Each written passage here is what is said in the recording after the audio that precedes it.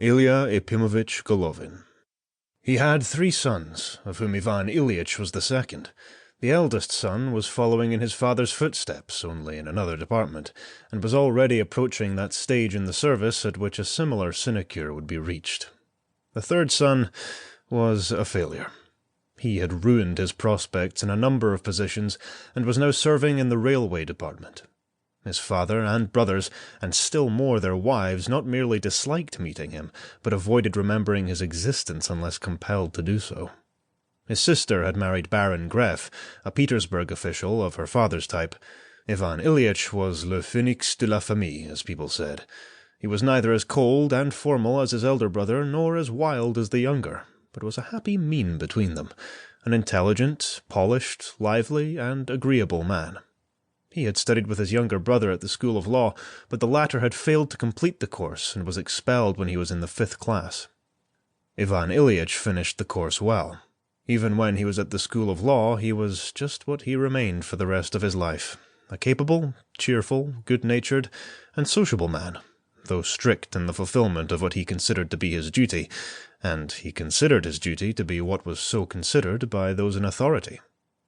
Neither as a boy nor a man was he a toady, but from early youth was by nature attracted to people of high station, as a fly is drawn to the light, assimilating their ways and views of life and establishing friendly relations with them. All the enthusiasms of childhood and youth passed, without leaving much trace on him. He succumbed to sensuality, to vanity, and latterly among the highest classes to liberalism, but always within limits which his instinct unfailingly indicated to him as correct. At school, he had done things which had formerly seemed to him very horrid, and made him feel disgusted with himself when he did them, but when later on he saw that such actions were done by people of good position, and that they did not regard them as wrong, he was able not exactly to regard them as right, but to forget about them entirely, or not be at all troubled at remembering them.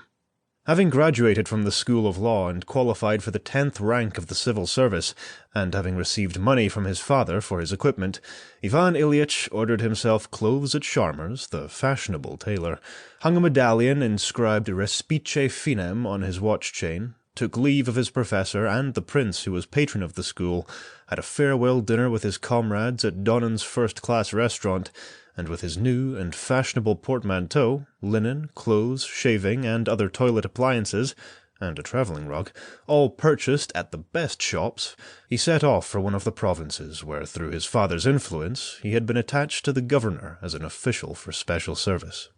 In the province, Ivan Ilyich soon arranged as easy and agreeable a position for himself as he had had at the School of Law. He performed his official task, made his career, and at the same time amused himself pleasantly and decorously. Occasionally he paid official visits to country districts where he behaved with dignity both to his superiors and inferiors, and performed the duties entrusted to him, which related chiefly to the sectarians, with an exactness and incorruptible honesty of which he could not but feel proud. In official matters, despite his youth and taste for frivolous gaiety, he was exceedingly reserved, punctilious, and even severe. But in society he was often amusing and witty, and always good-natured, correct in his manner, and bon enfant, as the governor and his wife, with whom he was like one of the family, used to say of him.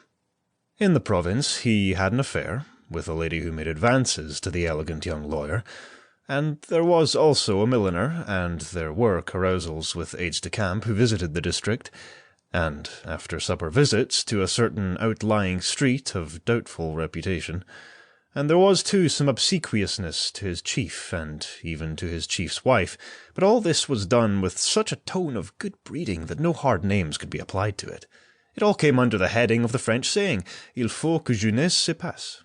It was all done with clean hands, in clean linen, with French phrases, and above all among people of the best society, and consequently with the approval of people of rank.